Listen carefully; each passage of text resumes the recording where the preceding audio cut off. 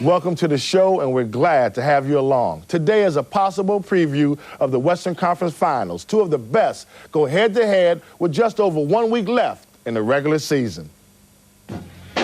On the program today, we'll update you on the Kendall Gill story. The big-time pressure of playing in the NBA has finally got to one of the Supersonics' best players. Plus, with just days to go until the first round of the playoffs, we'll see who's in form in our big matchup. And for that, we go to the northwest corner of the United States and the city of Seattle. It's the Supersonics, leaders in the Pacific Division, against the Phoenix Suns, one of the best road teams in the NBA. So, welcome to the program. Joining me today in the chair is Alan Cunningham, and we'll be chatting with Alan in just a minute. But first, a little background on today's game. The battle in the Pacific Division couldn't be any tighter between the Supersonics and the Suns. At the moment, Seattle have a half-game lead over Phoenix. The Lakers are 6.5 back, so it's definitely a two-horse race between these two for top honors. Both teams have just 7 games left, including a final meeting on the last day of the season next Sunday. And if the season ended today, here's how it would shape up for the two in the first round of the playoffs. The Supersonics will play the Portland Trail Blazers, and the Suns will face the Houston Rockets. And what a series that would be, a repeat of last season's Western Conference semis. Alan Cunningham, today's game between these teams, Seattle and Phoenix, how important of a game is this going down towards the end of the season? Very important on the grounds that, first off, you're trying to get to the top of the table. You want to have the easier team to play against. And above all, it's an advantage that you might beat this team later on down the line. So today's game, you have a very competitive battle between the highest scoring team in the NBA, the Suns, who also lead the NBA with the fewest amount of turnovers, against the Supersonics, who have the best defensive record as far as steals. They've led the NBA in steals the past 2 seasons and will lead again probably this season. Who has the advantage in this kind of game to keep their stat in hold? The Supersonics with the steal leaders or the Suns with the least amount of turnovers? I'd say the Suns would be. In other words, it's going to be a high game where they know there's going to be a lot of action going up and down the court, but they're going to be aware of that, of taking care of the rock, knowing that they have to in order to win this match. Okay, all right, now time to turn our attention to the players in today's game. Here's a quick rundown.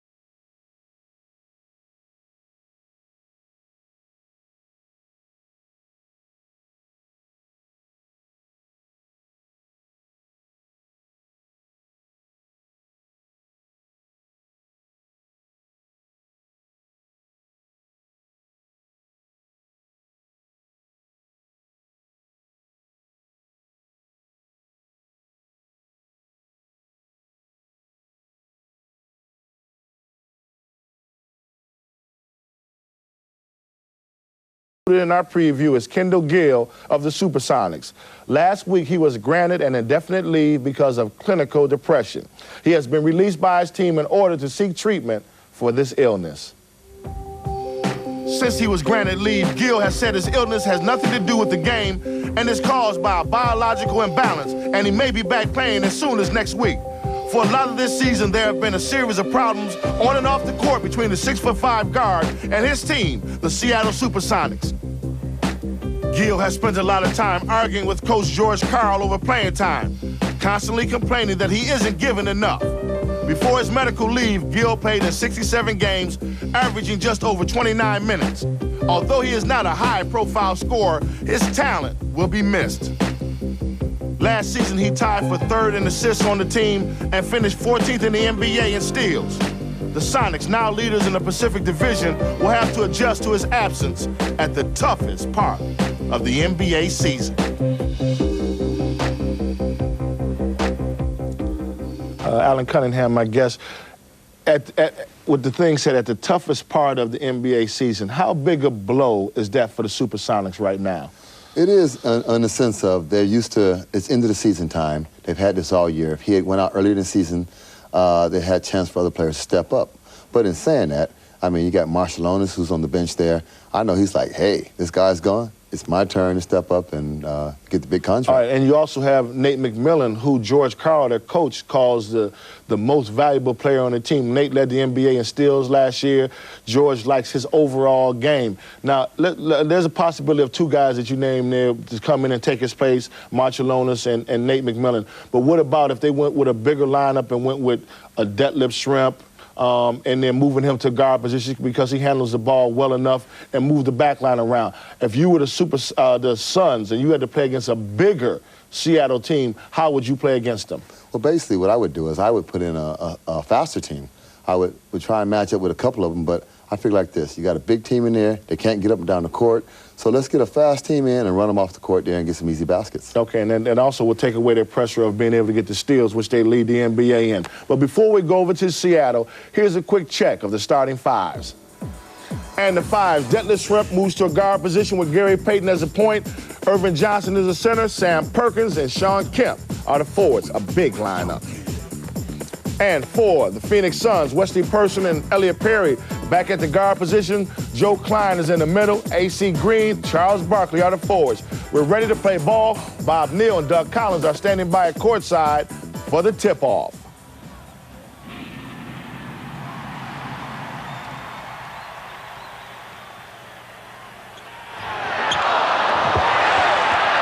Off the top, Shawn Kemp, offensive rebound, misses, and A.C. Green has them running.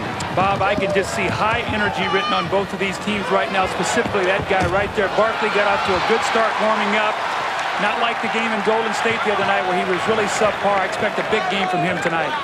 Seattle half a game lead over Phoenix in the Pacific Division. George Karl said not really that big a game because we're really focusing on the playoffs. Charles Barkley said, on the other hand, he's got to be kidding. This is a very big game.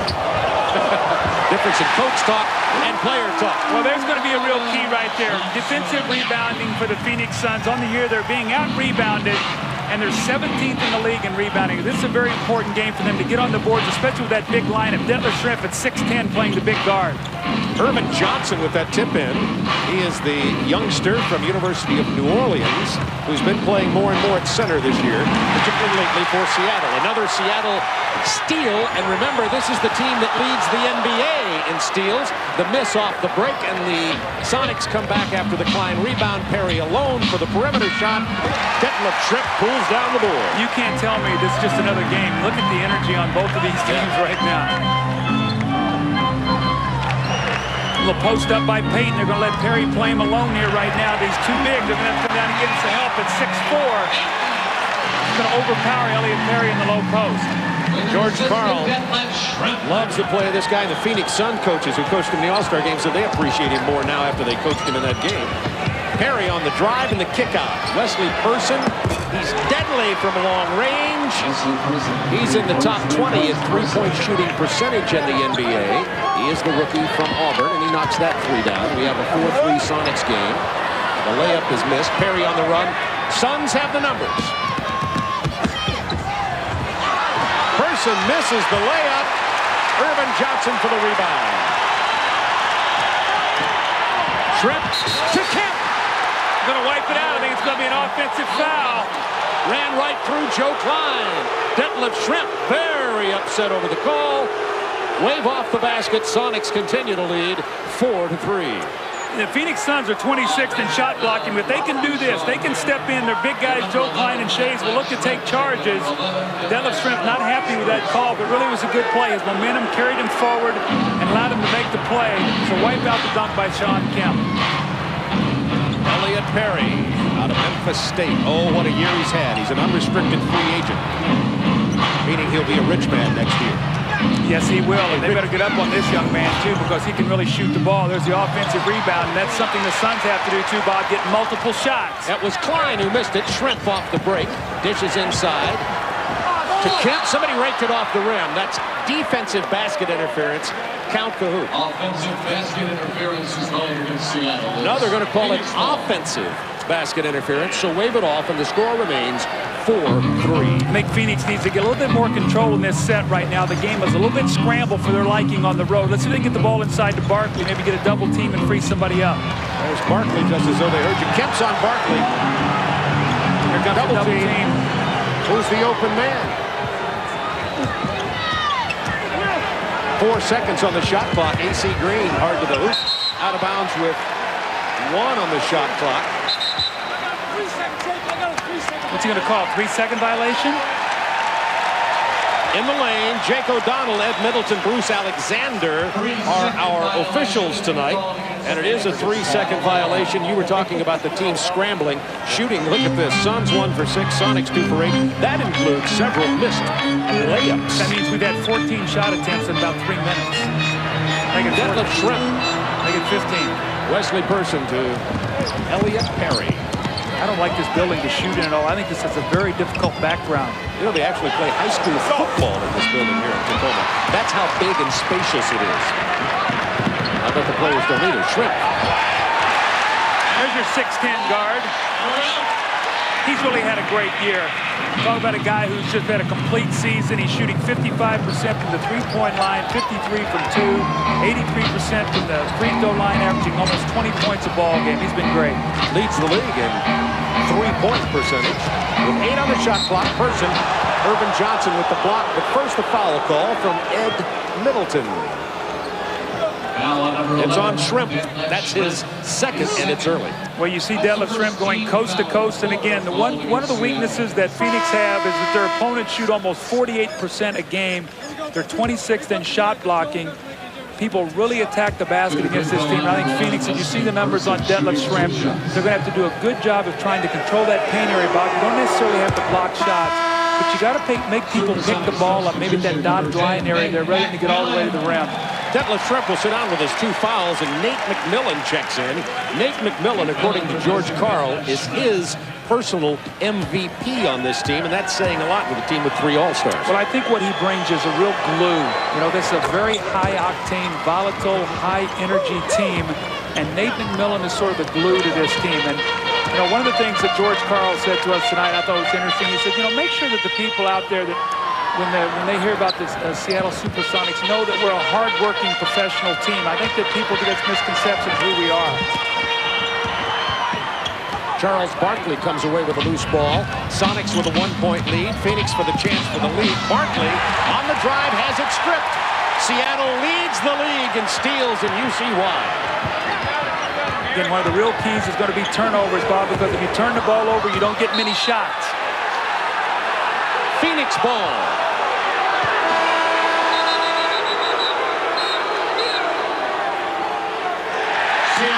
Now Bruce Alexander overrules the call and says, I'm going to change it. I saw it differently. It will be Seattle ball. And now Vincent Askew will check in for Seattle. Remember, we talked to George Karl before the game. He said in the first 6 minutes, I'm going to try to get most of my guys a look in this game, just to get them into the flow of the game, to see who's playing well tonight, see who's into the game. He has a lot of different options. He goes small, he can go big. We've already seen his big lineup. Now he's going small. The 2 big men are Ervin Johnson and Kemp, and 3 guards on the floor with McMillan, Gary Payton, and Vincent Askew. And Askew, a former teammate with Elliot Perry. We'll also see Detlef Schrempf at center in this game at some point, too. He'll go from big guard to center. Kemp pounding it inside. This is the short jumper. There's McMillan doing those little things that makes George Karl call him his MVP. Barkley with a block out on Kemp and the rebound out to Elliot Perry. Look out.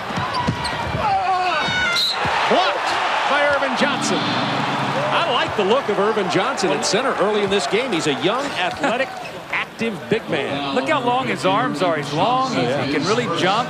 He's a guy who's just coming off his career high 15 points the other night against Dallas. He had 12 rebounds. He blocked a couple shots. So right now what they're doing is with Kendall Gill being out, they're getting this young man some valuable minutes. He might be able to help them come playoff time. Remember now, Bill Cartwright's out. He'll be back for the playoffs. So they're going to be adding a couple more pieces to this very strong team already. AC Green at the line. He usually plays very well against the Sonics. Speaking of Ervin Johnson, just to tell you a little bit about him, because he is a player you probably haven't seen much. He was drafted by the Sonics in the first round in the '93 draft. He was a third-team All-American his senior year. You know, I think the interesting thing about it is if you look at his age, he's 2 years older than Shawn Kemp. Shawn Kemp, born in 1969. Ervin Johnson in 1967.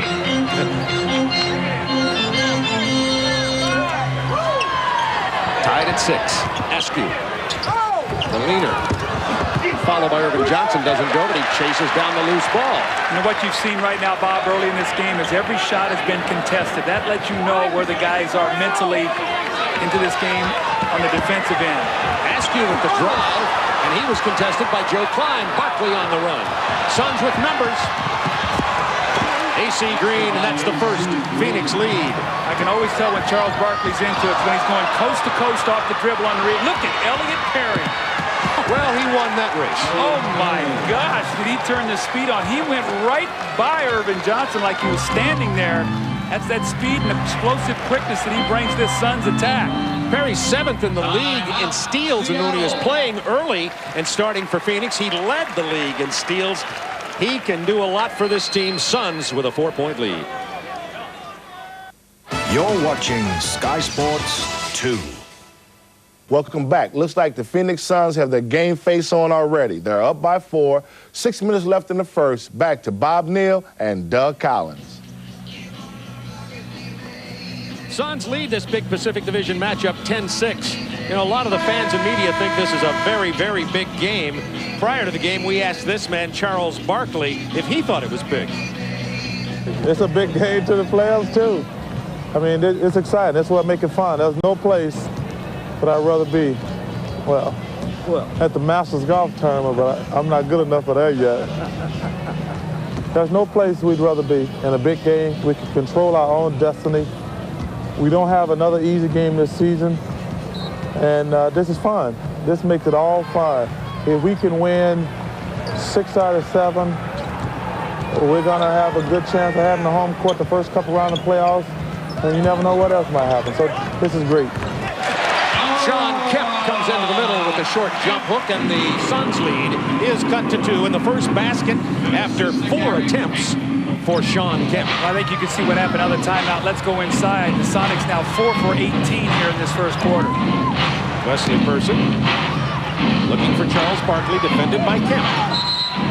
Illegal defense to call against Seattle. Notice how the great players referee the illegal defense. They catch the ball, they turn, they look over the floor, and they start pointing. And it's, you're guilty, and they get the referee's attention. Watch Charles now. He's going to catch. He's going to point like it's you, right there. You. Good call. Ervin Johnson, he got him. Officer Barkley. Kick ball, they'll reset the 24-second clock. Phoenix leading it 10-8. 5:20 to go in this game. What, it had been 28 shots so far? Yeah, and what they're going to have to do, Phoenix is going to have to maintain good spacing, because they'll come big in the trap here with Ervin Johnson. If you get that good space, there's Ervin Johnson there. He is swatting it. But he came out of the double team and went back and found his man underneath the basket and blocked the shot. Now, Ervin Johnson comes over the double team. Look at his reaction here. He comes back and he blocks the shot. That's great hustle by the young man. Only one player from both these teams in the top 40 in block shots, and that's Shawn Kemp. Neither team known as a shot-blocking defensive team. Excellent defense on the trap by Seattle. That's why they get 11-plus steals a game.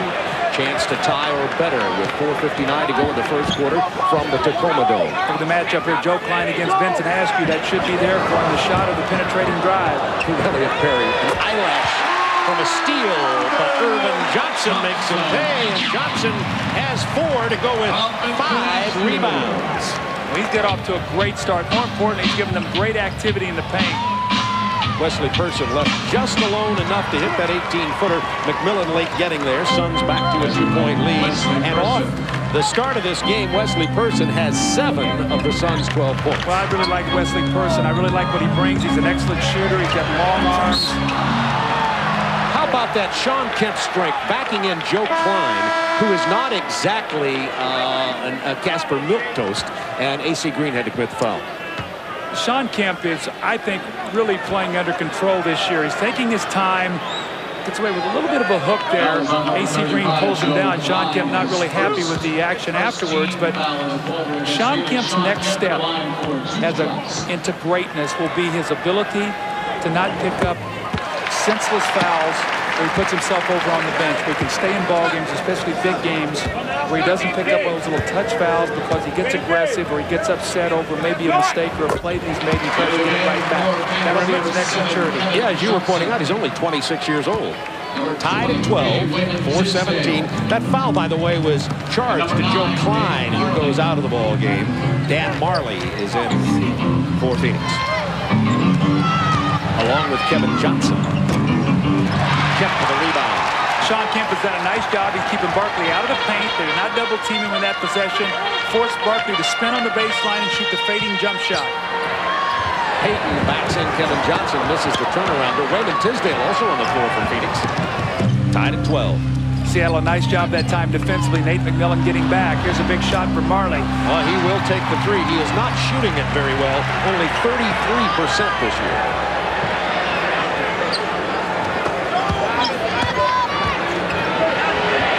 Askew.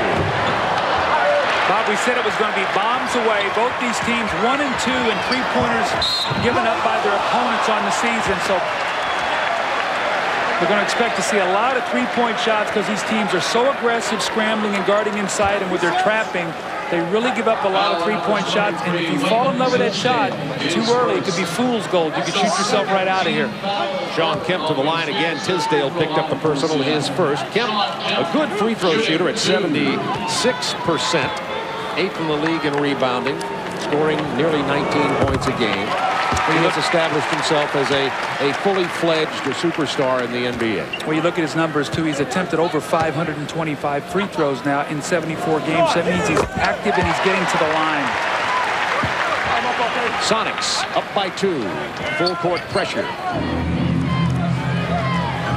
Dan Marley has struggled this year since Danny Manning went out of the lineup. Well, his minutes went up because they didn't have enough guys that they could play in that position, and as a result, I see Barkley the fading shot. As his numbers went up, a lot of people felt like his legs suffered for it, and his shooting went down. His points per game were way down. His field goal percentage was down. His minutes were way up. Tied at 14. Barkley has 4. Gary Payton trying to penetrate, finds Askew. Heavy traffic. Fouls on Phoenix. And we have a timeout. Tied at 14 as we went away. A foul had been called against Dan Marley. Just under 3 minutes to go in the first quarter. Well, let's take a look here. Post defense. Shawn Kemp playing him straight up here. No double team. Barkley looking for it. Kemp does a nice job. He forces him to fade away and shoot the jump shot. The next time down the floor, Barkley gets it. He looks for the double team. This time he turns inside, takes his time, gets the jump shot to go. So the recognition of, are the double teams coming? Aren't they? Seattle will not give him a steady dose of any one thing because Charles is too good. He will adjust to it and know exactly where he can pass the ball. Vincent Askew has come along a lot faster than a lot of people thought he would. Went to Memphis State along with Elliot Perry. See his numbers. I thought it was funny before the game. We were sitting here kidding so with Charles. He said, now, talk about me good tonight. He said, even if I play bad, he said, cover up for me. I said, Charles, I did that for you last week in Golden State when you were 4 for 15. He goes, didn't you ever shoot that bad? And I said, Charles, I never got 15 shots. And he just sort of walked away. He had nothing else he could say because he knew that he had a bad night. Sonics up by 2. 2:48 to go in the first quarter. Said his family is always watching. We just have to tell the truth, though. Well, Ervin Johnson, he even got a piece of that shot. This guy could really develop into a big-time shot blocker. He did get the foul. You look at his body, he's so long and lean right now. I'm sure he's probably been on all kinds of weightlifting programs and to get that genetically lean body that we wish we still have. It's genetic or chronological. Kevin Johnson, you see, on March 31st, just went for his 10,000th point. Kevin Johnson struggling this year with injuries, has missed a plethora of ball games.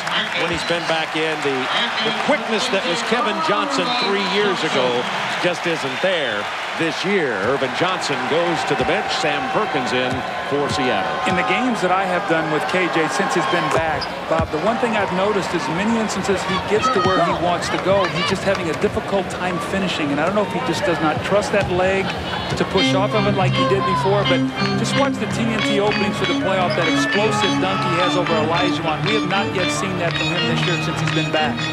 Now defending Payton on the post.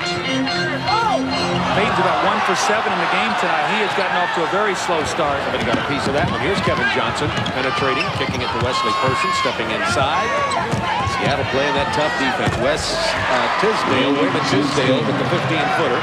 And it gives the Phoenix Suns the lead, 18-16. There have been 5 ties in this game already in the first quarter. You can already see that Phoenix has got 4 different players off the bench. They played 9 guys, as have the Sonics. So both guys have gone deep into their benches here early in the first quarter. Seattle trying to post up Vincent Askew against Kevin Johnson. There's a double team from Marley. Open man McMillan. Kemp kept it alive for Payton. He missed it. Perkins puts it in, and count it, give him the foul.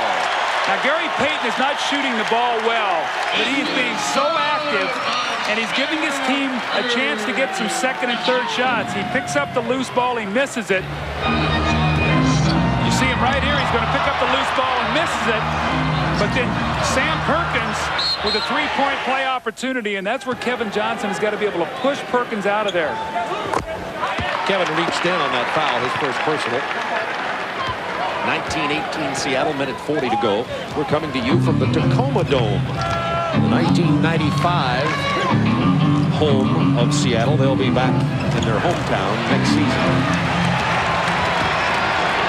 Perkins, he likes the 3. It doesn't like him this time. Payton. Now, Gary Payton, I think, is about 2 for 9 or 10. That tells you how active he's been. And most of them have been right around the basket. I don't think he's taken 1 jump shot tonight. Everything has been 5 feet and in. And contested. Only 4 points for him. Wesley Person missing long. Kemp with another rebound. He has 5. How quickly can you get it down court? Well, when you're Seattle, that quickly. And the foul. Count the basket. Long shots mean long rebounds. And you're going to see Gary Payton releases after Wesley Person takes the shot. Kevin Johnson was backpedaling, but he allowed him to get in behind him. You must get back and force that ball to be thrown up so you can cover and not let people run out on you, especially a team that's explosive like the Seattle Supersonics. Kevin Johnson with 2 fouls now. Payton misses the 3-point conversion attempt, 23-18. Sonics back up by 5. Lob inside to Barkley from Marley. Well, that was a nice play. Charles Barkley really sealed him off, and Marley with the perfect pass over the top. The defense had been pulled out. They'd been lifted into isolation. No one to give help. Payton. That's a 3 for Gary Payton. He's heating up now and has 9 points. Well, he was 1 for 8. He's now 4 for 11, so he's hit his last 3 shots. Amazing thing is he's got 11 attempts up. Inside Person was left alone. He gets the lay-in. 26-22. That eliminates the Sonics' biggest lead of 6. It's now at 4 with 18 seconds to go in the first quarter. It's been an offensive display. Their team shooting very well, but they're sure taking the shots at it. It's been a fast first quarter, too, man. You look up there, 6 seconds to go. Perkins. On rebound. The quarter ends with the Sonics leading it 26-22 from the Tacoma Dome.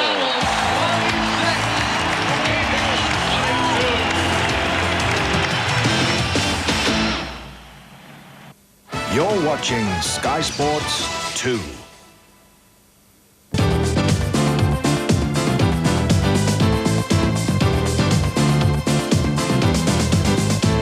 Welcome back to the NBA. Looks like we have a great game on our hands here. Plenty of lead changes already between the Sonics and the Suns. Alan Cunningham, my guest, coach of the Worthing Bears. What's your first thoughts of what's going on in the first quarter between these two teams? Well, it was the big matchup of defense against offense, who's going to control the ball, who's going to get the most steals. And I think that hasn't really played to par. I think it's a case of they've come out and had to really get kind of skittish, and nobody can get settled in. The Supersonics haven't really been shooting that well, but they have a 4-point lead. What do you attribute that to? Well, the fact that every time they shoot the ball, they're getting 2 shots. In other words, so they're rebounding every time they go. I guess they know they're going to miss, and they're following it up, whereas Phoenix are coming down and getting 1 shot, and that's it. On the Phoenix offensive end, is Charles Barkley, is the ball going to him enough, or is there too many outside shots that they're putting up right now? It's definitely too many outside shots. Charles is posting up, calling for it. I think he's touched it maybe 4 or 5 times the whole quarter. The double teams are coming in. Seattle's keeping them off balance by their double teaming, showing it, and they're not showing it, so they're not getting into any rhythm. Okay, it's time to get back to the action. The second quarter is just getting underway. Phoenix have the ball. Wayman Tisdale draws the double team. Johnson gets it to Barkley. Kemp steps out on him. Barkley fires it anyway. Rebound Askew. They've done a nice job on Barkley. They've only given him 1 good field goal. They're making him work for everything, and the clock is winding down. Off the dribble. McMillan missing. Loose ball foul. It's going to be on Phoenix. Another offensive rebound. That's Wayman Tisdale, his second person. That's the first team foul against the Suns. 4-point Sonics lead. Opening moment, second quarter from the Tacoma Dome. Top 2 teams in the Pacific Division. Sonics leading Phoenix by half a game coming into this one. Askew, power move. Another offensive rebound. Kemp. Wouldn't go down. AC Green is there. Boy, the Sonics are active on that glass. Look at them trapped, too. There just seems like there's 6 players out there right now. That's exactly where you don't want to go. You must stay out of the trapping areas on the floor. 5 turnovers for Phoenix. They only average 14 and a little more per game. Still only a 4-point Sonics lead. Into Kemp. Shot clock to 7. Sharunas Marshalonis slipped that pivot foot and is called for traveling, and the ball will go to the Phoenix Suns. Some scores from around the NBA. New York Knicks, Atlanta Hawks leading Philadelphia, and Chicago. Wow, look at that. Chicago, 60 points in the first half, Bob. That's big. Ernie Johnson will tell us how many Michael Jordan has of those 60. Well, he sees Reggie Miller tonight, so he's going to be all fired up for that one. Big game with the Lakers in Utah also. Still a 4-point Sonics lead. It's been a while since anybody's been able to score. 2. Right down. McMillan picks up his first. That's why you love the NBA playoffs. Just the environment in this building. The fans know this is a big game. The players know it is. Every shot is contested. The energy level is sky high. The focus of the players on what they have to do. Now it comes down to execution. And, Bob, right now they're so wired. Neither team is shooting well. I think they're so pumped up right now that neither team can make a shot because some of them had some pretty good looks at the basket. Kevin Johnson at the free throw line. He gets one more, and Richard Dumas is on the floor for Phoenix. They're certainly hoping this young, talented player will be able to produce come playoff time. And by the way, we understand Michael Jordan had 11 of the 60 Chicago points. Not his share by normal adding standards. I think that's a very positive sign, though, Bob. I think there's been some speculation that Michael's taken so many shots that the other guy's been standing around watching him a little bit. So if I'm Phil Jackson, I'm excited that he's got 11 and we have 60. Exactly. Marley to Barkley with Perkins on him. There's the double team. Another turnover. That's 6 for Phoenix. Charles might be getting a little tired. He's played the whole game, and he's playing through double and triple teams. Paul Westphal might need to give him a little bit of a rest here. And he's expended a lot of energy. Yes, he has. Sonics by 2 with 7 on the shot clock. Punched away by Barkley, but they'll call the foul. Foul on number 34, Charles Barkley. That's Charles' first personal. Got a veteran officiating crew here tonight with Jake O'Donnell, Ed Middleton, and Bruce Alexander. That also with a little bit of a playoff look. Absolutely right. Here's sort of the sleepy-eyed, quiet guy who brings a real presence to this team. Tremendous three-point shooter at 6'11". He's shooting almost 39% on the year. He's attempted 306 three-pointers, made 119 coming into tonight's game, shooting almost 80% from the line, averaging right at 12 points a ball game. Long arms, good defender. What happens, Bob, is he's out there on the floor and he's floating around, and you're a big guy and you're playing him. Pretty soon he's spotting up and shooting that three, and you can't get to him. 4 points on his lead. 9:29 to go, second quarter. Kevin Johnson. Green takes the pass, tries the drive, fouled by Marciulionis. His first.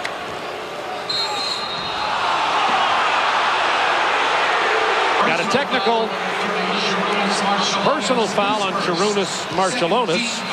Second team foul, and the technical foul has been called on Marciulionis. Sharuna's a little upset. He's been called for walking. Looked like he popped the ball off his bicep that the referee, when after Jake O'Donnell had called. See if he sort of knocks the ball off his arm right here. I don't know what he says. Right there, he pops it off his bicep. I can do that. It's a ball doesn't go as far. 3-point lead for the Sonics. That brought a chuckle from you. The power principle there. The more power, the farther the ball goes. Is that what you're telling me? I think that's it. Kevin Johnson tries to dribble penetration, has problems with it. Well, look at this trapping, scrambling Seattle defense. 7 on the shot clock. Bullet pass. Johnson inside to Barkley, who is taken down on a pin by Nate McMillan. Well, you're right, though, Bob. They are really scrambling. And, you know, I talk about trapping areas on the floor. And when you get over on the sideline or down the corner, Seattle's really going to come at you, and they're going to try to take the next pass away. They're going to get in denial.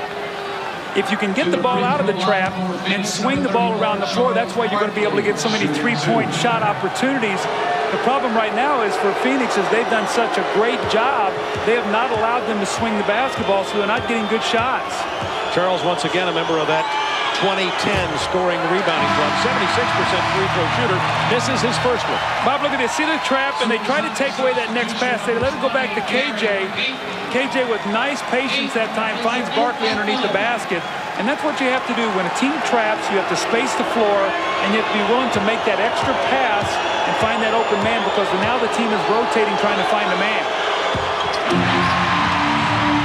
You see Charles Barkley nearing the 19,000-point mark for his career, but he missed both of the free throws. It's Sonics by 3, just under 9 minutes to go, second quarter, from Tacoma, Washington. We played 3 minutes in this quarter, and the score is 3-1 Seattle, or excuse me, Phoenix right now, so neither team's able to score. Shot clock winding down.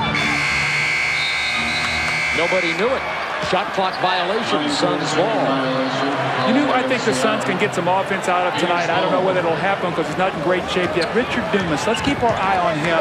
Matched up against Vincent Askew. Let's see if they maybe can get him into the offense. Phoenix with the penetration. Dumas gave it up. He got involved in that offense by making the penetration on the baseline drive and getting it to Charles Barkley, who now has 6. Barkley might be in for one of those 48-minute games tonight. He might tell Paul Westphal, don't take me out tonight. I've got to play the whole night. Schrempf from Payton. Not this time.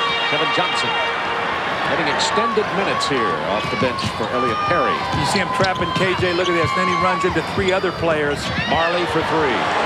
That was wide right. Run down by Dumas. Nice pass by Dumas to Barkley. Barkley can't hit the short one. Perkins on the run. Gary Payton has Askew and Marciulionis picked off Dumas. Suns have the numbers. Richard Dumas with the jam. Doug, just as you pointed out, as I've said so many times, your precipience amazes me. Well, I really believe that he can give them something tonight, because I think that he's capable of scoring some points. I'm not so sure that the Sonics are locked in on him defensively right now. Marciulionis with the penetration. Pass out, 10 on the shot clock. Sonics down 1. It's the most active with a steal. It's the most active I've seen the Suns all year on defense. Marley. Did he hand that off to AC, or was it punched away from him? We'll give him the assist. That ball was knocked away from him, but again, A.C. Green, a guy who always runs the floor, who never gives up on a play. If young people are out there watching, watch A.C. Green. He never takes anything for granted. That time he was a recipient of a nice layup. And don't forget about A.C. Green down the stretch in the postseason either. He was a main part of the Lakers' incredible success in the late 80s. Okay, both teams kept up the intensity. We pick it up a few minutes on. The Sonics are up by 1. Klein, Green, Elliot Perry, Dumas and Person on the floor for Phoenix. Here's Dumas working inside, double clutching. Klein keeping it alive, out of bounds off Sonics. It'll be Phoenix ball. Phoenix buying a nice few minutes here for Charles Barkley. They're staying within 1 point. Give Charles a chance maybe to rest, maybe for another minute and a half, maybe come back the last 2.5 minutes of this quarter to finish it up before half. Elliot Perry from the baseline. Seesaw lead now. Under 4 to go in the half. Payton. Long rebound off the missed 3. Kemp takes it back hard. Oh, my. 14 offensive rebounds to 2.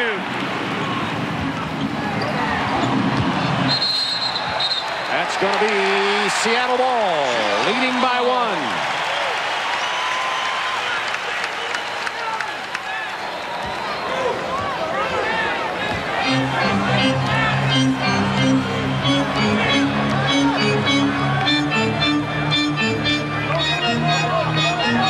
Shawn Kemp posting it down low to Payton. He spins around Elliot Perry and is fouled as he goes to the hoop. Gary Payton is having such a great year. You look at his numbers, averaging almost 21 points a game, almost 2.5 steals, over 7 assists. He's been great, almost 4 rebounds a night. And I was talking to the Phoenix Suns coaches before the game, and you look here where he's ranked in the top 20 in 3 of these statistical categories. When I talked to the Suns coaches before the game, they said, you know what, we knew Payton was good, but we didn't realize how good he was until we coached him in the All-Star game. He is a terrific player. 1 out of 2 from the line on that trip. Charles Barkley back in. Sonics back up by 2. Klein takes a rest, and the Phoenix Suns now with a small lineup. Ervin Johnson and Kemp are the big men in there for the Sonics.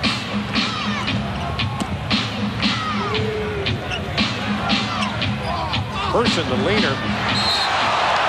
Loose ball foul, Richard Dumas. That's his second. Wesley Person got the ball out of the double team. He was a little indecisive on what he wanted to do. And what Seattle is doing, they're forcing the guy who receives the pass out of the double team to go back to the side that it came from, not letting him swing the ball. He went back into traffic, forced a tough shot, and then Richard Dumas really with a careless foul. They're now over the limit. Ervin Johnson will shoot 2. Ervin Johnson, a 67% free throw shooter, misses that one. Marley is in. Dumas will take a rest. Dumas did energize the Phoenix Suns during that run, but the Suns lost their lead, down by 2 and could go by 3 here. Dumas is not in great shape yet. When he's come back, Paul Westphal told me the minute he gets back, he's been sick 2 or 3 times. Another offensive rebound, but it doesn't pay off for the Sonics, and the Suns have the ball on the run. Marley thought of the 3. Perry fakes the jumper, takes the shorter opportunity. Green, offensive board. There's the 3rd offensive rebound of this game for Phoenix. 15 to 3. Points. Sonics lead. We have a Phoenix timeout with 2:50 to go. First half from the Tacoma Dome.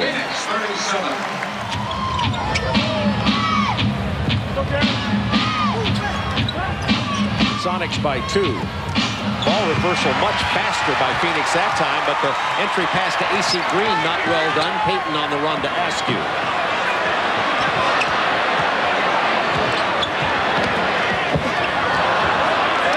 10 on the shot clock. Marshallonis against Barkley. He'll pull up. You'd like for him to shoot jump shots. You don't want to let Marshallonis get to the basket. A.C. Green with his 6th rebound. That foul on Shawn Kemp, and Charles says to Jake O'Donnell, yes, finally, thank you. Shawn Kemp is first. I've seen Barkley out on the front end of fast breaks more tonight, and I think the reason of that is he knows how difficult it's going to be for him to score in the half court. Every time he posts, he's getting a double or a triple team. So on the night, he's only attempted, I think, 8 shots. So he's done a wonderful job of limiting his opportunities. Well, he has only 6. 7 points now.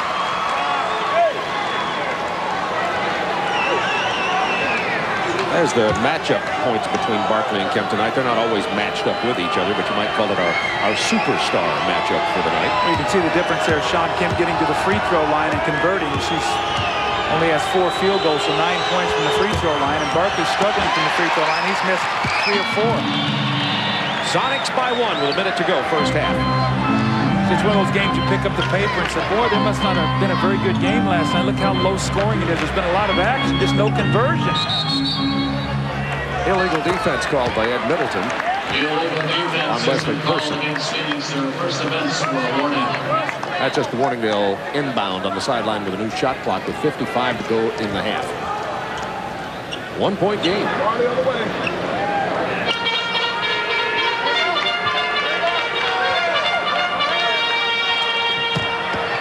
Payton found the lane open.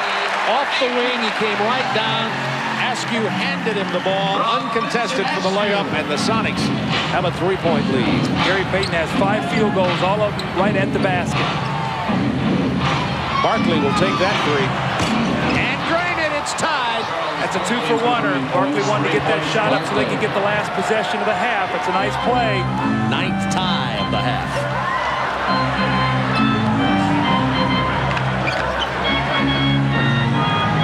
9-second difference in the shot and game clock. Askew pulls up and nails the 2. Kemp and Barkley go down. 18 seconds to go in the half. See if they run and double team Barkley. Barkley would like to bring this ball down and get into a one-on-one play. You see, Payton's not going to let him do that. They should not let Barkley get the ball back. Marley hits the 3. With 3 seconds remaining in the half. Sonics still have a chance to get a shot off. Perkins from long range. Wow. Suns by 1 at the end of the first half. Stick around. This is going to be a good second half. Smoking is prohibited here in the Tacoma Dome, except for areas provided outside. You're watching Sky Sports 2. Between the Sonics and the Suns, and it doesn't get any closer than this. Score 46-45 Phoenix. Let's have a look at the halftime stats. Look at the shooting percentages, way down low. Phoenix, 33%. The Seattle Supersonics, 28%. Free throws, pretty much even there, but Shawn Kemp, 90%. 9 for 10 from the free throw line. And a 3-point field goal percentage, neither one anything to write home about. The Suns are 3 for 9. The Supersonics, 1 for 8. Important statistic, Seattle, 15. I say again, 15 offensive rebounds, 11 points that they were able to score off of those offensive rebounds. The Suns, 5 offensive rebounds. They were able to put it back for 6 points. Let's take a look at a few key replays from the first half. Charles Barkley here is taking it out on a 4-on-2 break. He lays it off nicely to AC Green here. Now Seattle coming back. They want to attack the Suns as quickly as possible. They bring it back. Kemp makes a bad pass. Now here, Elliot Perry, watch the speed here. People always ask the question, can a little man play in the big man game of basketball? Elliot Perry, 6 foot, just ran by. Ervin Johnson, 6'10", showing you it's a game of speed and quickness. And here it is, Shawn Kemp trailing the play here. We have Detlef Schrempf will take the ball to the basket. He lays it off there to Ervin Johnson. Ervin misses here. Now the ball is in the cylinder. Shawn Kemp goes up, touches the ball in the cylinder, and that's offensive goaltending and illegal play. All right, Alan Cunningham, my guest. We have a letter that came in from Huddersfield from Ashley Haywood, who asked the question, do you feel comfortable with the NBA rules coming into play in the European basketball? Yes, I do. It's something I think really should happen. I mean, in the NBA, they're allowed another step, and I think that's something that would be nice over here in Europe to cut out injuries. There's other things like zone defense. Zone defense. Believe me, that's something. I think it would make the game more exciting if you could take the zone defense out of it, make everybody play man-to-man. But then again, on the side of like they call goaltending, I kind of like being able to knock the ball off the rim. You know, which is, I mean, you've vast experience in Europe. You've been on 2 teams that have made it to the final groupings of the elite group of European basketball. Is that a rule that is special that you like? I think sometimes they kind of run away from that rule in the NBA because they were saying, well, because of the great athletes that they have, that every shot that touched the rim, you'd have somebody knocking it off. But well, it makes you have to shoot a higher percentage shot. It makes the game exciting in the grounds like it could be late in the game. Somebody shoots a free throw, it bounces up, and they don't get the free throw because you can jump up and knock it off. I mean, that really incites the crowd, incites the rest of the team, and it really peps your team up. So that's why it's a great rule. It'd be nice to have in there. All right, so would you say that was one of the reasons why, I know they talk about the European game where they say the European players are much better shooters than what you have over in America, but America, because of the athletes and the way they play the game, it's a better game. But would you say is that the zone defense is because that causes the Europeans to be a better shooter versus having to play man-to-man in the NBA? Of course it does. I mean, because of the zone defenses, everybody knows they need to pop out and spot up and be able to hit the open shot because you got 5 packed in down in the key. Whereas in the man-to-man, everybody, you can't have, you have illegal defenses. Nobody can come out and just sit on one man, which is what they try and do over in Europe with the zone. So you'll find, like I say, it causes them to have to be better shooters, but it slows the game down. Okay, it's time to go back to Seattle for the second half. Here's Bob Neal and Doug Collins. Charles Barkley with his first half technical. Suns lead it by 1. And the Suns trail the Sonics by half a game in the Pacific. You see the scoring leaders for Phoenix coming into this second half of play. Green and Johnson both with 7. Kevin off the bench. Showed a little bit of explosiveness, but the Phoenix Suns are starting at the guards, Person and Perry, the last 3 games in a row here.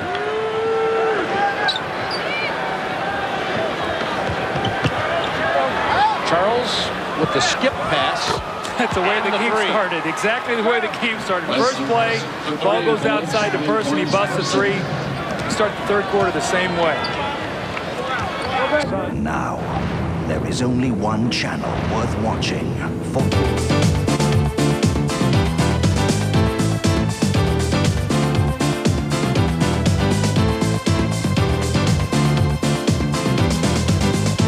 And you're watching the NBA on Sky Sports. The Suns have a 2-point edge over the Sonics with 12 minutes to go. It should be a great final quarter in this crucial Pacific Division battle. Back now to Bob Neal and Doug Collins.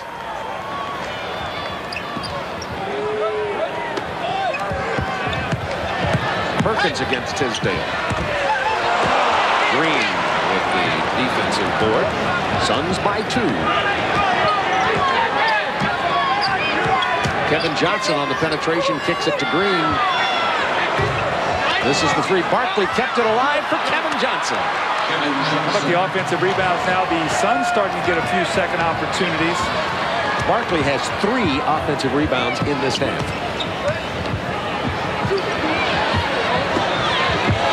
Detlef Schrempf.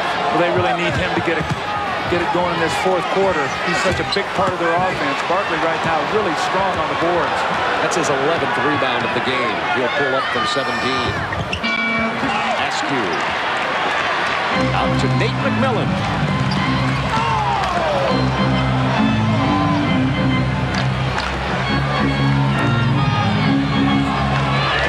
Askew isolated against Green. Should be able to beat him off the dribble.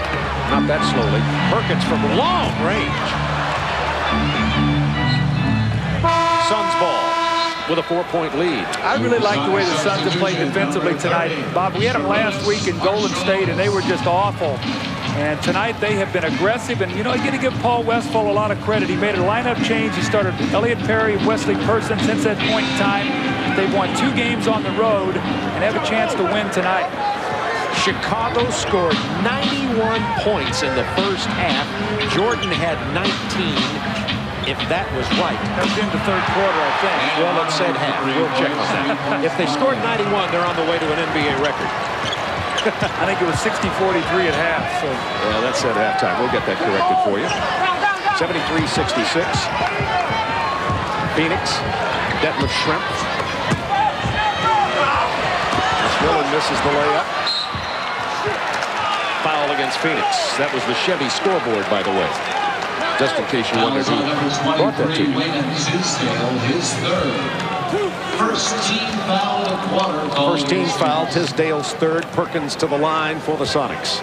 And Atlanta, by the way, with their win, clinched a playoff spot today. It wasn't really a question anyway. Atlanta's pretty well locked into the 7th spot. And Indiana looks like they're going to end up in the 2nd spot. It might not happen, but if they do, that'll be the first round matchup for the Hawks and the Pacers. Doug and I'll see the Pacers against the Knicks Friday night on TNT at 8 Eastern time. Perkins 14 tonight, but he's only 1 of 4 from 3-point line. Bob, we talked also about, on the start of the game, we talked about turnovers, points off turnovers. If the Suns were going to win, they'd have to keep that down. They did a great job in the first half, and now their three-point shooting is heating up. We talked about they're now 8 for 20. Sonics only 2 for 11. What a nice fake. AC Green was alone underneath. He faked as though he was going to clear the lane and went back, and then got the open pass for the easy layup. Right play by AC Green. Phoenix building a bigger and bigger lead here. Marshallonis. Oh, Barkley got away with a foul. They're going to call goaltending. Yeah, he rattled the hoop. The basket was moved, which shook the ball off of there. Charles put his hand up through the cylinder and shook the basket. Look right here. Looks like he gets his hand caught on the rim right there. That's how you can split a finger open. Your hands almost just get pulled apart. Charles very lucky that time he was not injured. Yeah, he was clenching his fist walking back, but appears to be okay. Suns by 5. So I think Charles is cut. I think he is cut on his hand. He called a 20-second timeout there. I think his hand is hurting from where he hit that rim. He's going to have Ed Middleton look at it. Dr. Middleton. Going to go full timeout now. Yes. And here's a look at it. You see Charles reaching up through the net and splitting right between his fingers on the edge of the rim. That's how you break a finger also, too, if you get it caught up on that rim, and Charles does that. I never had that problem. I couldn't get that high. I used to worry about getting caught, my finger caught in the net shooting a layup. I saw you sailing from the line several times. We'll be right back. Go back inside to Shawn Kemp. He's got the size advantage. Post him up. They're doing just that. 2 on the shot clock. But going up.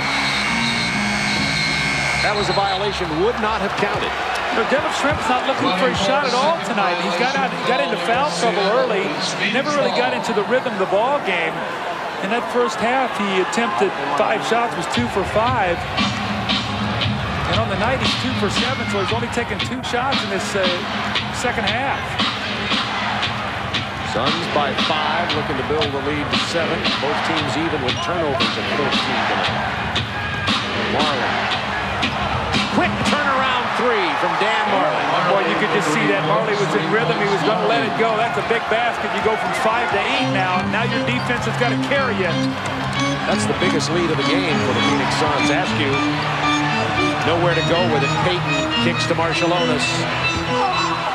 Rebound, Shawn Kemp. That's 15 rebounds. Come playoff time, what you're seeing right now is how people are going to play the Sonics. They're going to make you shoot the outside jump shot. If you don't turn the ball over, if you don't let them get out and get in the fast break, and you force them to shoot the perimeter jump shot, they become a vulnerable team.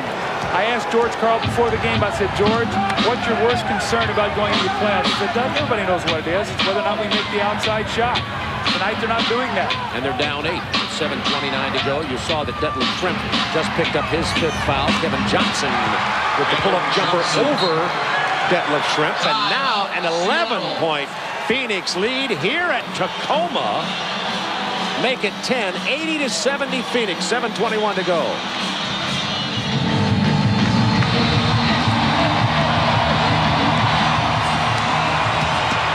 Payton cut off on the penetration attempt. Marshallonis left alone.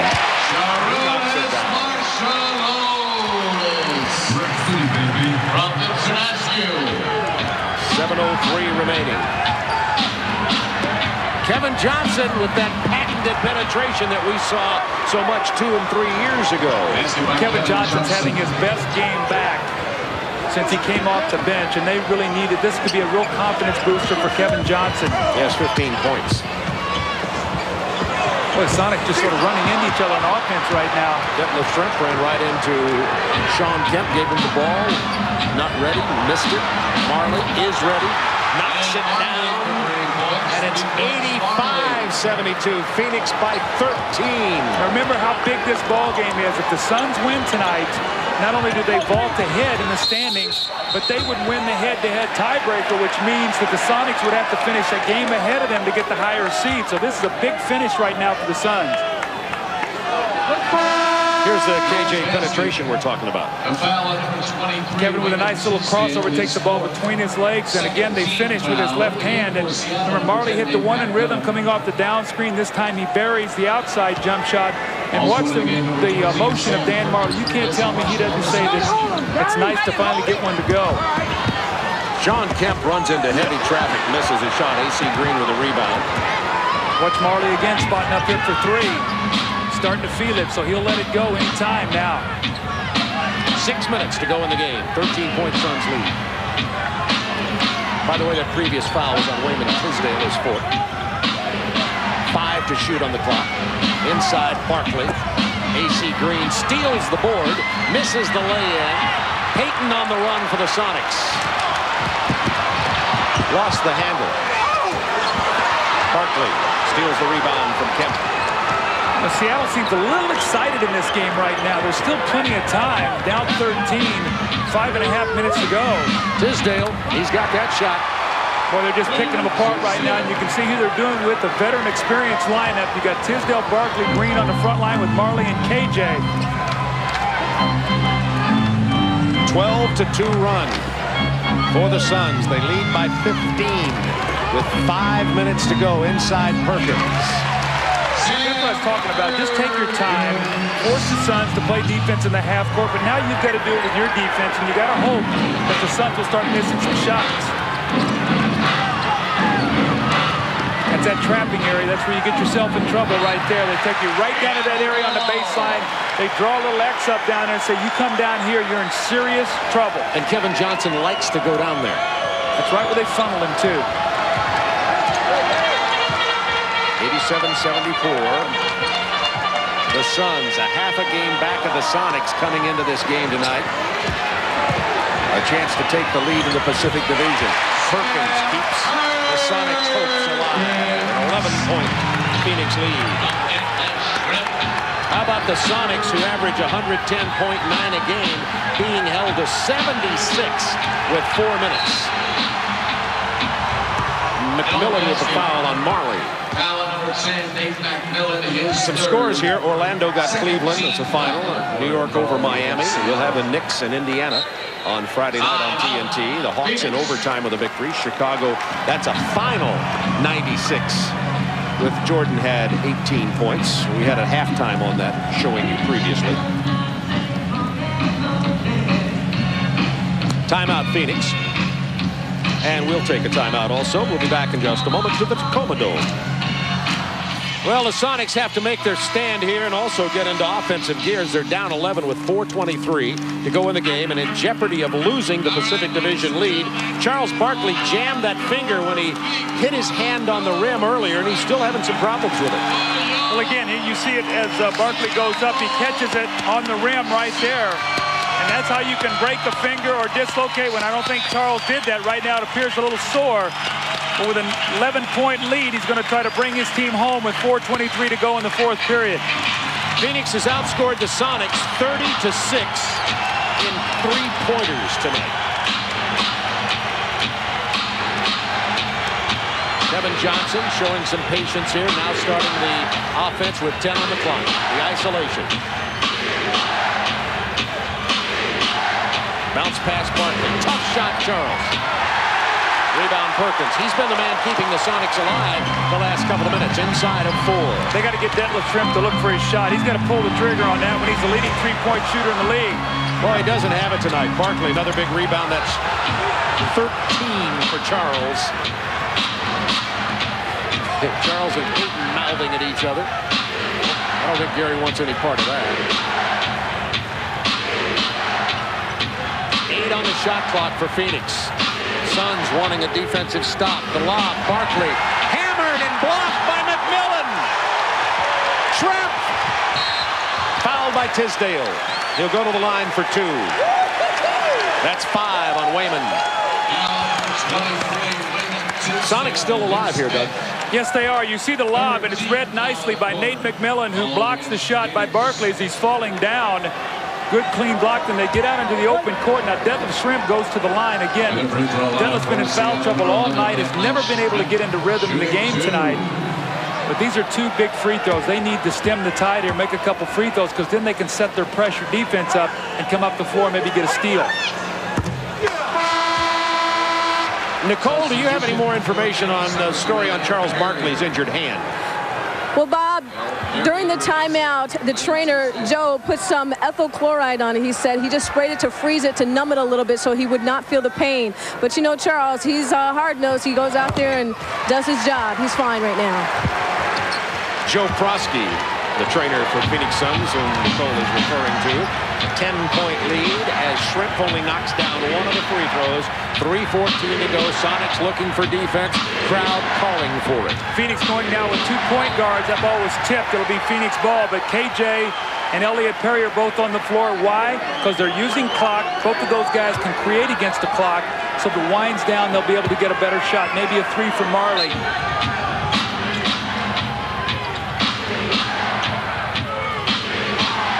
Barkley on the baseline. The pass attempt to Perry is stolen by McMillan. Watch Perkins here spotting up for 3. From Payton. Perkins now with the penetration. It's an 8-point game. 2:52 remaining. And if you're Paul Westphal, that 2:52 seems like a quarter. And if you're George Karl, 2:52 seems like 2 possessions. I would have bet the ranch that this would have been a 100-point game for both teams. They're going to have to dribble penetrate against his traps just like that and get something going to the basket, because the Sonics are not going to let them run a play. You know, Bob, they're going to trap them and force them to make something happen. That's why Westfall's gone to both of his guards. Perkins has really kept Sonics alive here defensively and offensively in this quarter. Well, they chased him off the 3-point shot and that big, long, looping stride, and Sam going to his right as a left-handed player is able to get a nice finish. Perkins got the foul, also his first of the game. Sonics still have 1 foul to waste before you get into the penalty. Perry backs away. Oh, big shot from big Perkins and drops the 2 just inside the line. Back to a 10-point lead. And George Karl said, I don't believe it. Perkins. There's that 3. Oh, he's been the man in this 4th quarter. It's a 7-point Phoenix lead. Perkins has 24 on the night. That got George Karl off the bench to see him on the far sideline. See, I think you just spread the floor here, let Elliot Perry work, maybe go into Barkley, inside out on the double team. There's a tough pass. It's out of bounds. Sonics ball, down 7.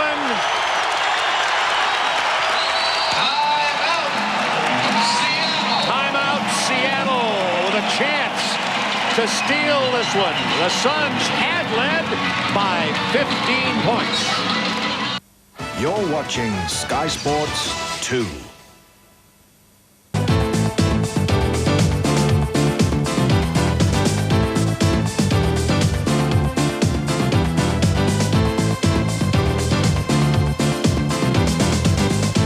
It's the final countdown. There's just under 2 minutes left in our game between the Sonics and the Suns, but there's plenty of time for Seattle to catch up. They trail by 7. It's back to Bob and Doug. All right, Seattle has called timeout. They're down by 7 with 1:42 remaining in the ball game, and they'll have the ball. Let's check the game reset for you here.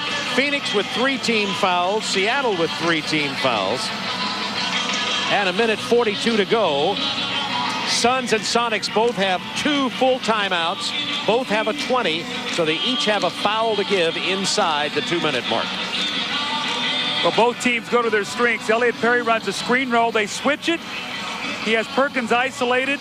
He knows he's going to give him room, so he pulls up and he hits the outside jump shot. A big play at that point.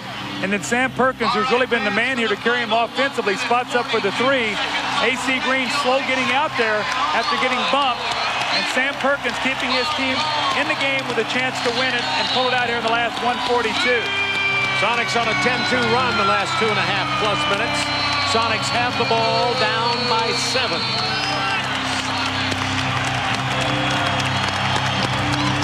Shawn Kemp will inbound in front of our TNT broadcast position here to Nate McMillan. Now remember now, Perkins, if they double team, spotting up for the 3. So if they go inside and they double team it, be aware of him out on that perimeter once again. Want Payton on the post up against KJ. Payton good on that post up play. The clutch double pump blocked by AC Green. That could prove to be the play. That was the play because that time the Suns played it perfectly. They faked like they were going to go down a double team. They stayed with Perkins in the last moment. AC Green closed in and got the shot. Barkley driving on Kemp. Big bucket from Barkley. Counted and the foul. Oh, mercy. Charles Barkley, who has really struggled tonight offensively. He only had 15 points prior to that basket and had missed his last 4 shot attempts. Let's watch the play here now. You're going to see Payton at the last moment. Here comes AC Green. Looks like Barkley got that with his left hand. So Charles comes up with a big defensive play. And now this is the 26th worst shot blocking team in the NBA. When Charles gets it right when they need it, he does miss the 3-point play opportunity, though. 9-point Phoenix lead. Payton penetrating. There he goes again. Goaltending on Charles Barkley. Count the basket. To Gary Payton. 7-point Phoenix lead with 1:03. They need a stop. Remember, this is the leading steals team in the NBA. Will they get an opportunity for that? Well, just keep the ball out of the corners. Keep it in the middle of the floor where they can't trap you. Don't ever bring 2 guys together. That's when they can jump you. Space the floor. Now make your free throws. Elliot Perry will go to the free throw line. He is an 82% free throw shooter.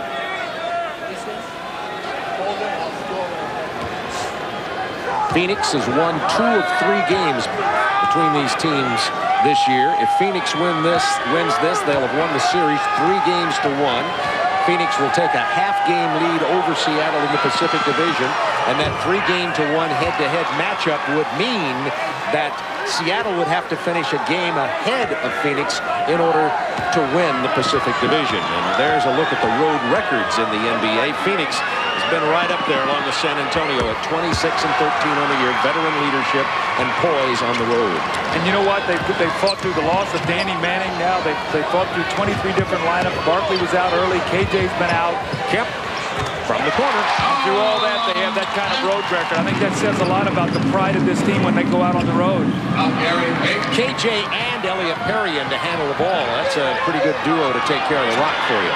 It's sure not the same team that I saw in Golden State last Tuesday. Kevin Johnson hammered by Payton and McMillan. He'll go to the free throw line with 39 seconds left. It takes a lot of courage for a coach.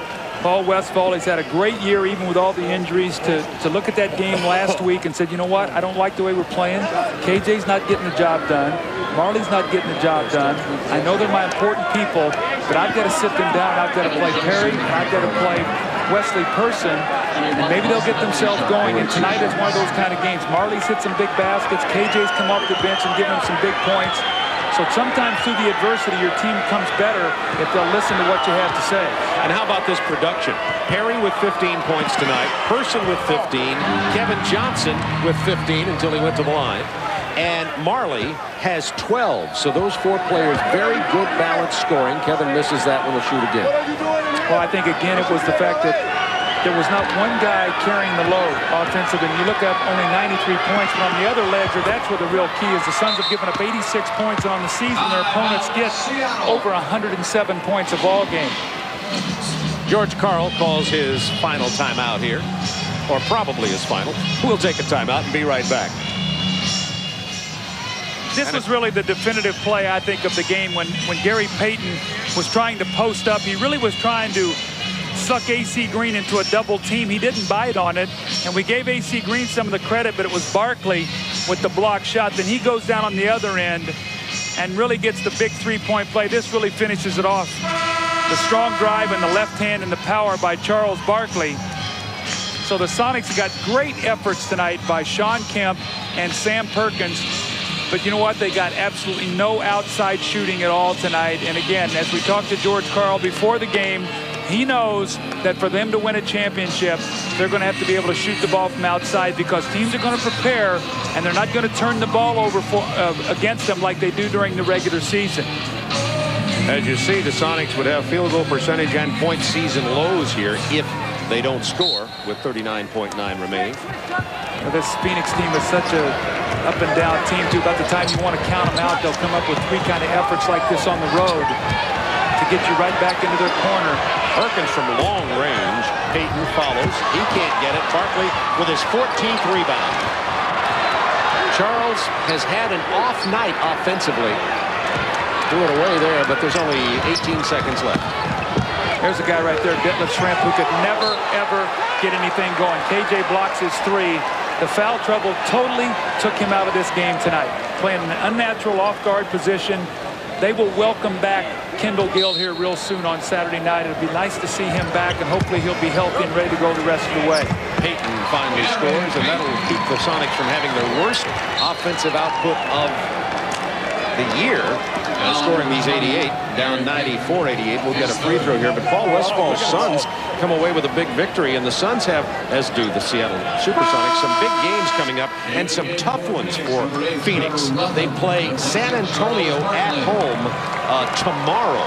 And just think about that, San Antonio with 15 in a row, and then at Denver, the hot LA Lakers. You look at that, Doug, and it's going to be tough for Phoenix to win half of those games. Well, the big thing is, though, there was only one at on that schedule, and I think that's going to benefit the Suns. They have the best schedule of all the remainder teams, Utah, Seattle, Phoenix, the team that is battling for that 2-3 position. I expect them, unless they fall asleep, and you know what? They could fall asleep. We've seen it before. But if they stay focused, I expect them to win the Pacific Division now after winning this game here tonight. Yeah, that's how big this game was, how instrumental it was. And the final score is Phoenix 96, Seattle 90. And you see the Suns celebrating out there, hugging and high-fiving more than you normally see in a regular season game, because these Phoenix Suns realize how big the victory was. A much-needed win by the Phoenix Suns. Do you think the Seattle Supersonics missed Kendall Gill that much in tonight's game? I think they did. I think the continuity that they've had with him in the past was missing, and Marcelonis trying to fit in there just couldn't fill that position. So was it, I mean, where you had the Schrempf, where they moved him to second guard, he seemed quite uncomfortable with that move there. Would it have been better to go in with Nate McMillan and leave him in the same position, you know, in hindsight? Hey, in hindsight, it's 2020, you know that. But definitely, because Schrempf would have been in his normal position he's used to playing out of. That way he could have probably had the point total. I mean, what did he have, 8, 10 points tonight? 5 fouls. He was very unproductive, and that hurt the team. Okay, let's look at the conference tables. And in the Eastern Conference, the Orlando Magic are fighting to keep the best record in the Eastern Conference so they can make sure they get the home court advantage. Indiana's in second because they're the division. New York's third. Charlotte, the Chicago Bulls in fifth place. They've won 8 out of 11 since the return of Michael. Atlanta has just qualified. The Boston Celtics lead the Milwaukee Bucks by 1 game for their 8th final position. It is Milwaukee's right behind. Miami's 2 behind, and it looks like it's going to end right there. And looking at the Western Conference, San Antonio Spurs with the best record in basketball. Suns and Utah are tied. Seattle's bringing up the Lakers with a great improvement from last season. The Houston Rockets are struggling. Portland broke the San Antonio Spurs 15-game winning streak last night. And the Denver, Sacramento with Dallas 2 games behind. Dallas with the rookie Jason Kidd, who's had 3 triple-doubles in his last 5 games. The Mavericks beat Houston 156-147 last night. They're 2 games out. You got to watch out for the Mavericks. Okay, there's just enough time to have a quick check to see what's coming up on Sky. Our next game is from the East, and it's another great matchup between Indiana Pacers and the New York Knicks. That's tomorrow on Sky Sports 2 at 11 a.m. And there's NBA action Friday at 11:30, also on Sky Sports 2. And there's more homegrown basketball this Sunday night at 9 p.m. The Manchester Giants take on the Doncaster Panthers in a crucial playoff game for both teams. Let's have a quick look at the Manchester-Doncaster game. The series right now is 1-0 to Manchester. They beat Doncaster in overtime at Doncaster. Who do you like in that series there? Well, I like Manchester. They're a bigger side, and I think they have more depth on the bench, so they should be able to pull it off. Okay, so let's look at the NBA playoffs. In the Eastern Conference, the first round of playoffs, possibly, we're looking at possible matchups, Orlando against the Boston Celtics. Who do you like in that grouping and why? Well, I'm going to go with Orlando on that. I mean, that's Shaq's team. I know they've been without Hardaway this year for a bit there, but I still think their experience and talent with Shaq should pull them through. Indiana made the conference finals last season, which will be playing the Atlanta Hawks in that series. I'm going Indiana on that. Indiana has, they've been rolling this whole year, and they were that close to making it last year to being the champions, so I think they feel it's their year. The Cleveland Cavaliers, one of the best defensive teams in the NBA, Mike Fratello, has done an excellent job against the New York Knicks.